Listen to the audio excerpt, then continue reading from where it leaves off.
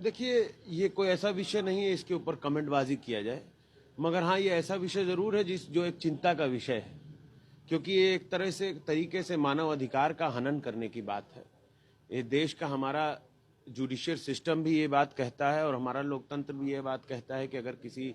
कोई भी न्यायिक हिरासत में अगर है और उसके माता या पिता या परिवार के किसी सदस्य का स्वास्थ्य भी ज़्यादा खराब हो, या यहाँ तो दादी का इंतकाल ही हो गया है, उसमें उनके बेटे को उनके पास आ करके उनकी मिट्टी देने का, या जब वो बीमार थी तो उनकी खिदमत करने के लिए उनको नहीं आने देना, ये अपने आप में ये बात शो करता है कि किस तरीके से इस देश में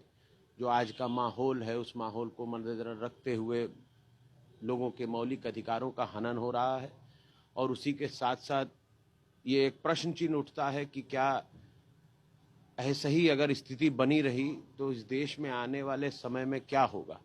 क्या लोग अपने माता पिता के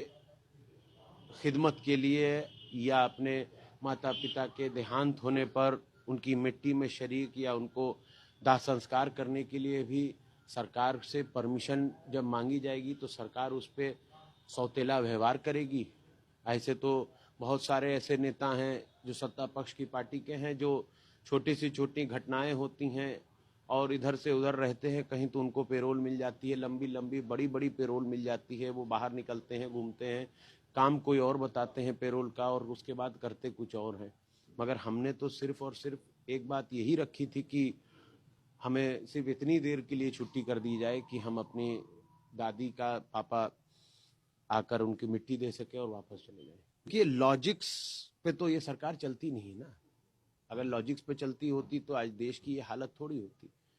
ये तो सीधे सीधे तानाशाही है कि लॉजिक की कोई बात नहीं, बस तानाशाही ये है कि देश की सर्वोच्च कुर्सी पर बैठे हुए व्यक्ति इस जनपद में कदम रख रहे थे, इसलिए इस जनपद को सील कर दिया गया था। 23 तारीख से मैं दादी के साथ हूँ और उनकी तबीयत 18 तारीख से खराब हुई थी और लगातार जब वो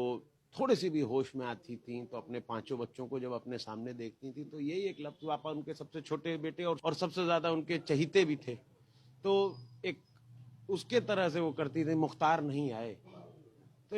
एक उनकी आंखों में वो, अब मैं आपको बयान नहीं कर सकता कि उनकी आंखों में उनको ढूंढने के लिए क्या बातें थी, मगर आखिरी दम तक के उन कर नहीं पाए। इसका अफसोस भी है और लोग भी देख रहे हैं और ऊपर वाला भी देख रहा है। इंसाफ जरूर मिलेगा।